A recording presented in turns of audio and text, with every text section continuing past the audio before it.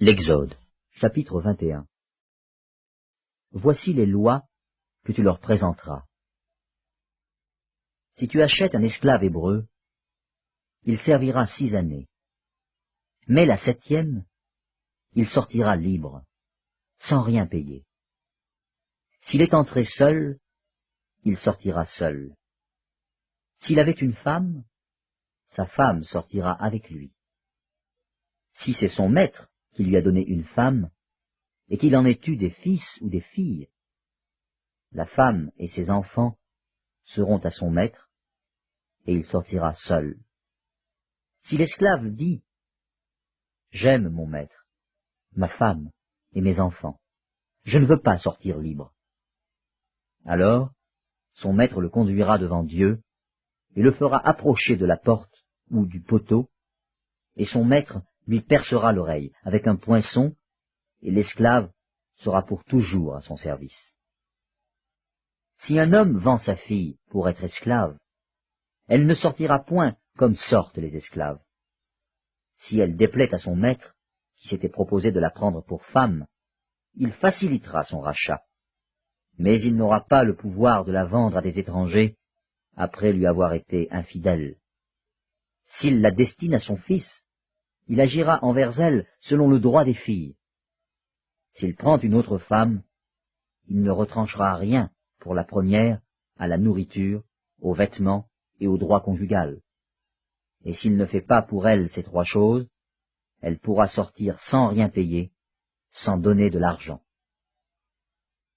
Celui qui frappera un homme mortellement sera puni de mort. S'il ne lui a point dressé d'embûche, et que Dieu l'ait fait tomber sous sa main, je t'établirai un lieu où il pourra se réfugier. Mais si quelqu'un agit méchamment contre son prochain, en employant la ruse pour le tuer, tu l'arracheras même de mon autel pour le faire mourir. Celui qui frappera son père ou sa mère sera puni de mort. Celui qui dérobera un homme et qui l'aura vendu ou retenu entre ses mains sera puni de mort. Celui qui maudira son père ou sa mère sera puni de mort.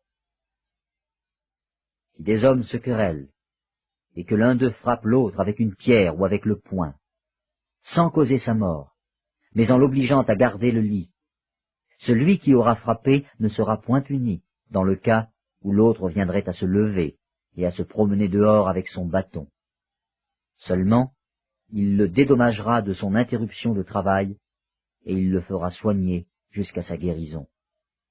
Si un homme frappe du bâton son esclave, homme ou femme, et que l'esclave meurt sous sa main, le maître sera puni. Mais s'il survit un jour ou 2, le maître ne sera point puni, car c'est son argent.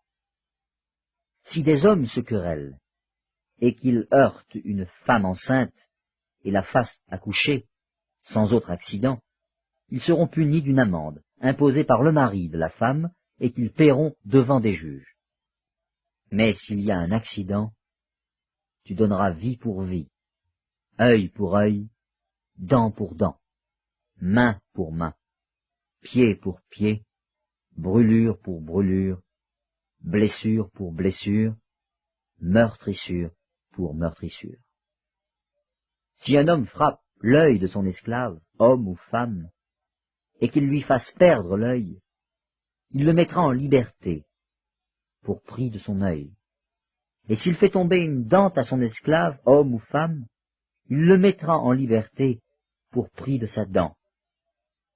Si un bœuf frappe de ses cornes un homme ou une femme, et que la mort en soit la suite, le bœuf sera lapidé. Sa chair ne sera point mangée, et le maître du bœuf ne sera point puni. Mais si le bœuf était auparavant sujet à frapper, et qu'on en ait averti le maître, qui ne l'a point surveillé, le bœuf sera lapidé, dans le cas où il tuerait un homme ou une femme, et son maître sera puni de mort. Si on impose au maître un prix pour le rachat de sa vie, il paiera tout ce qui lui sera imposé.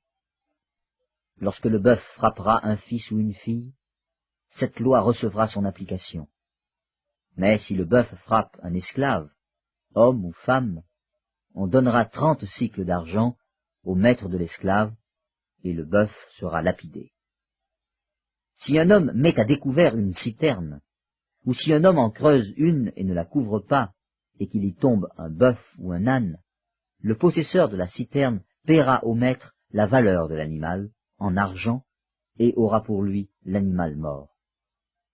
Si le bœuf d'un homme frappe de ses cornes le bœuf d'un autre homme, et que la mort en soit la suite, ils vendront le bœuf vivant et en partageront le prix, ils partageront aussi le bœuf mort. Mais, s'il est connu que le bœuf était auparavant sujet à frapper, et que son maître ne l'ait point surveillé, ce maître rendra bœuf pour bœuf, et aura pour lui le bœuf mort.